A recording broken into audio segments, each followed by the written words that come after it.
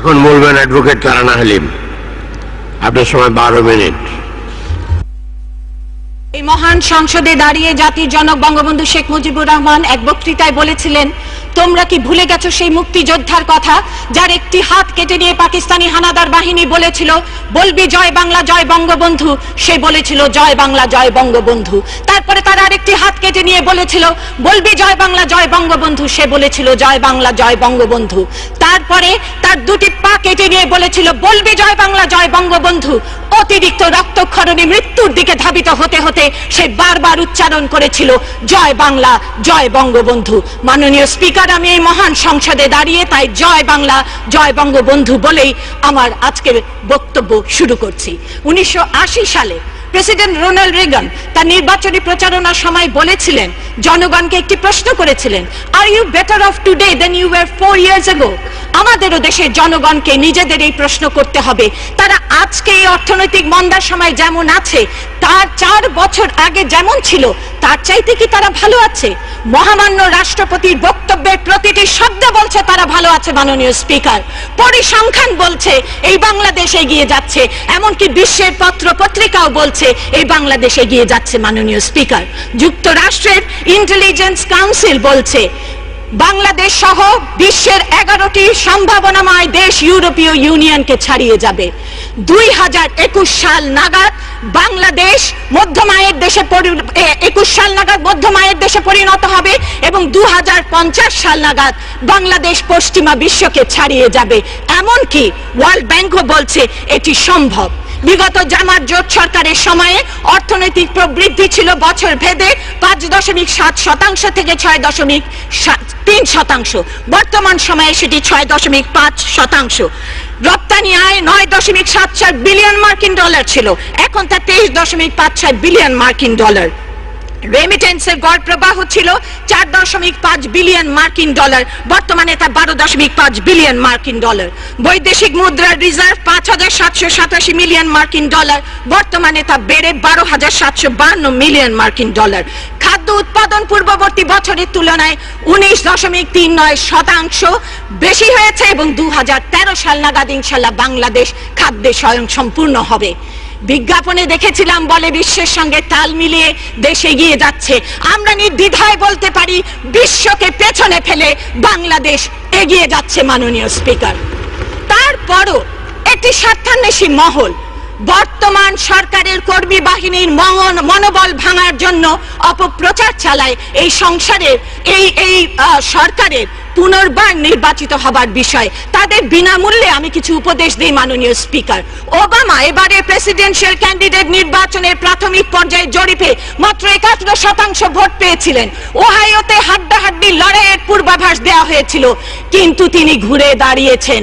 303টি electoral পোলে তিনি বিজয়ী হয়েছেন। ওহাইওতেও তিনি ব্যাপক ব্যবধানে বিজয়ী হয়েছেন। তার কারণ আমেরিকার জনগণ দুটি বিষয় বিবেচনায় নিয়েছে। প্রথমত, তারা বিশ্বাস করেছে যে ওবামা ইনহেরিট করেছেন বুশ সরকারের 7.9% বেকারত্বের হার।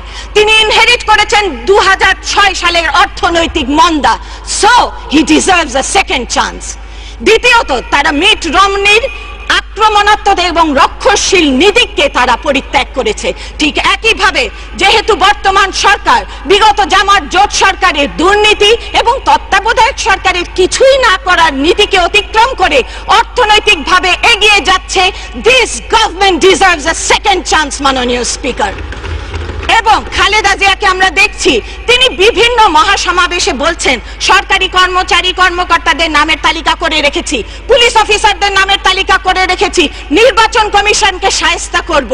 আমার বিশ্বাস বাংলাদেশের জনগণ ব্যালটের মাধ্যমে তারই সকল প্রশ্নের উত্তর দেবে।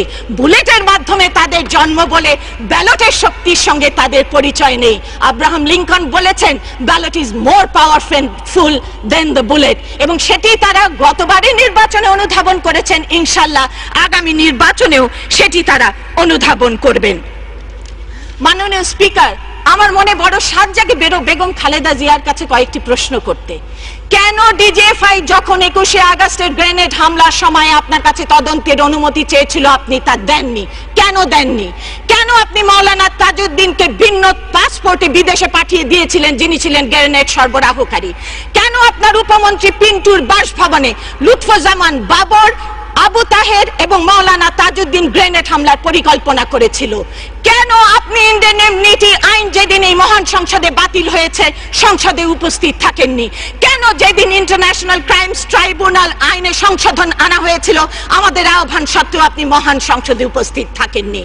কেন জিয়াউর রহমান দালাল আইন বাতিল করে দিয়ে বঙ্গবন্ধুর সময়ে বিচারাধীন 12,000 যুদ্ধাপরাধীকে এবং 752 জন সাজাপ্রাপ্ত অপরাধীকে তিনি মুক্ত করে দিয়েছিলেন? কেন জিয়াউর রহমান সেকেন্ড প্রোক্লামেশন জারি করে সংবিধানের 122 অনুচ্ছেদ বাতিল করে দিয়ে এই মহান সংসদে তাদের সংসদ সদস্য হবার সুযোগ করে দিয়েছিলেন? কেন গোলাম আজমের যে নাগরিকত্ব বঙ্গবন্ধু 1973 সালে বাতিল করেছিলেন তা জিয়াউর রহমান 1976 সালে তাকে ফিরিয়ে দিয়েছিলেন? মাননীয় স্পিকার, আরেকটি কথা বলি, পদ্মা সেতুকে তারা রাজনীতিকরণের চেষ্টা করছেন। তারা কি ভুলে গেছেন সেই 2001 সালে ইন্টিগ্রেটিভ ভাইস প্রেসিডেন্সি নামক একটি সংস্থা তাদের জোট সরকারের সময় 7টি প্রকল্পে দুর্নীতির প্রমাণিত অভিযোগ পেয়েছে এবং এর মধ্যে কয়েকটি হচ্ছে ঢাকা বাইপাস, মেঘনা গোমতী টোল প্লাজা, দেবগ্রাম প্রগতি সরণি সংযোগ সড়ক, post illiteracy and continuing education for human development. এর মধ্যে 6টি প্রজেক্টে ওয়ার্ল্ড ব্যাংক অর্থায়ন থেকে বিরত থেকেছে এবং একটিতে জাপান অর্থায়ন থেকে বিরত থেকেছে দুর্নীতির সুনির্দিষ্ট অভিযোগে। মাননীয় স্পিকার, বর্তমান সরকার তার বিভিন্ন মেয়াদে করেছে যমুনা সেতু, দপদপিয়া সেতু, কর্ণফুলী সেতু, গোমতী সেতু করেছে, শহীদ আহসানুল্লাহ মাস্টার সেতু করেছে, সুলতানা কামাল সেতু, শহীদ বুদ্ধিজীবী সেতু এখন করছে, আমরা দেখতে পাচ্ছি কুড়িল ফ্লাইওভার সেতু করেছে, হাতিঝিল প্রকল্প। বর্তমান সরকারি পদ্মা সেতুর কাজ শুরু করবে ইনশাআল্লাহ। এমনকি আমরা জানি অনেকে জিয়াউর রহমানের খাল খনন প্রকল্পকে কমিউনিস্ট রেভলিউশনের সঙ্গে তুলনা করে থাকেন। মাননীয় স্পিকার, আমি সুস্পষ্টভাবে জানিয়ে দিতে চাই, খাল খনন প্রকল্প প্রথম শুরু করেছিলেন জাতির জনক বঙ্গবন্ধু শেখ মুজিবুর রহমান 1972 সালে খুলনার পাইকপাড়ায়। সেই কৃতিত্বটুকু ছিনতাই করার অপচেষ্টা করা হয়েছে। মাননীয় স্পিকার, অধ্যাপক জাফর ইকবাল একটি উক্তি করেছেন, কোট, আমি রাজনীতি তেমন ভালো বুঝি না, তবে এটুকু বুঝি এদেশে মুক্তিযুদ্ধকে অস্বীকার করে কেউ কোনোদিন রাজনীতি করতে পারবে না। মাননীয় স্পিকার, তারা যুদ্ধাপরাধী তথা মানবতা বিরোধী অপরাধীদের বিচারের জন্য গঠিত ট্রাইব্যুনালকে প্রশ্নবিদ্ধ করেছেন, সেই বিচারকদের পদত্যাগ দাবি করেছেন।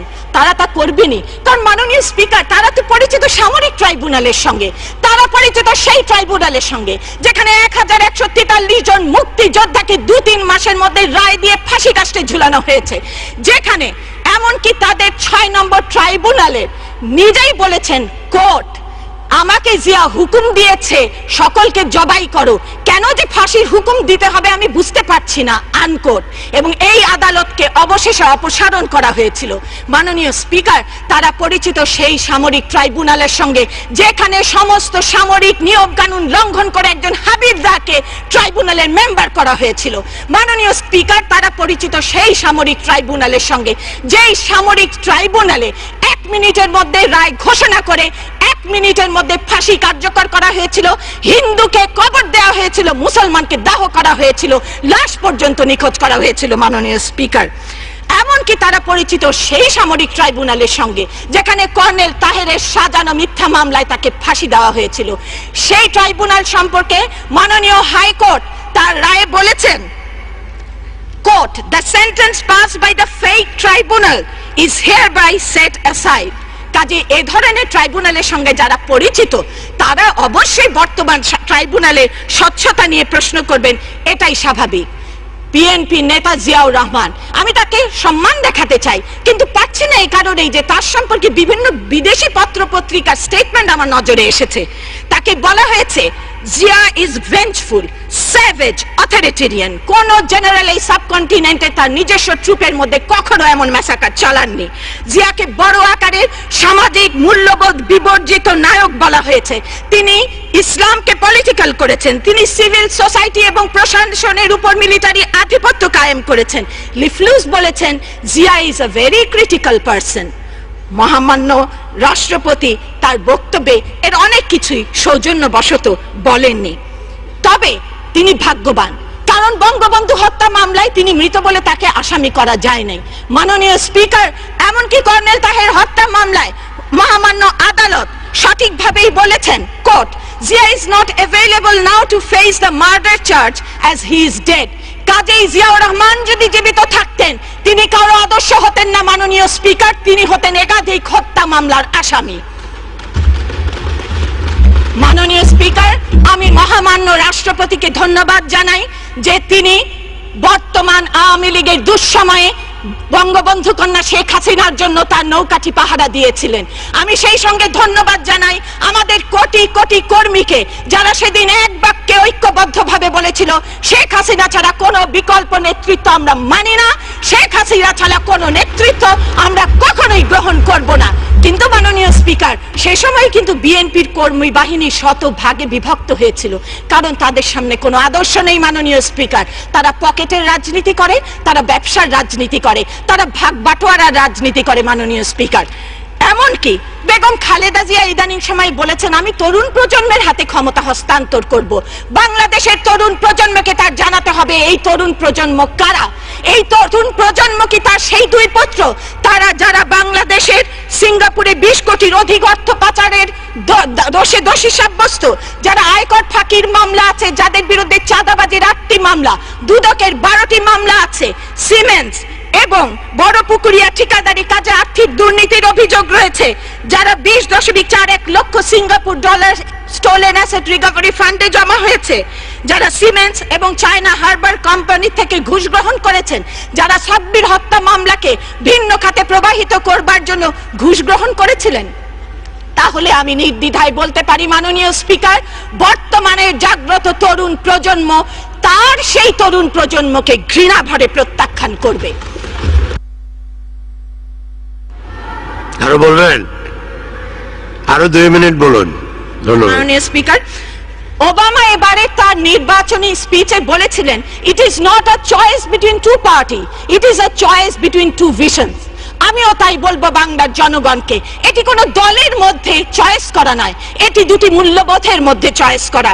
একটি হচ্ছে সাম্প্রদায়িকতার আদর্শ আর একটি অসাম্প্রদায়িকতার আদর্শ, একটি স্বাধীনতার আদর্শ আর একটি যুদ্ধাপরাধীদের পুনর্বাসনের আদর্শ, একটি সোনার বাংলা গড়ার আদর্শ আর একটি বাংলাদেশকে আফগানিস্তান বানাবার আদর্শ। আমরা যদি প্রথম আদর্শগুলো গ্রহণ করি, বাংলাদেশ আওয়ামী লীগ ছাড়া আমাদের সামনে আর কোনো বিকল্প নেই মাননীয় স্পিকার।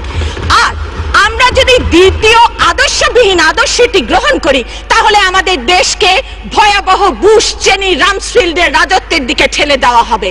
এই বাংলাদেশ কোনো হিটলার দেখতে চায় না মাননীয় স্পিকার, এই বাংলাদেশ কোনো মুসলিনি দেখতে চায় না মাননীয় স্পিকার।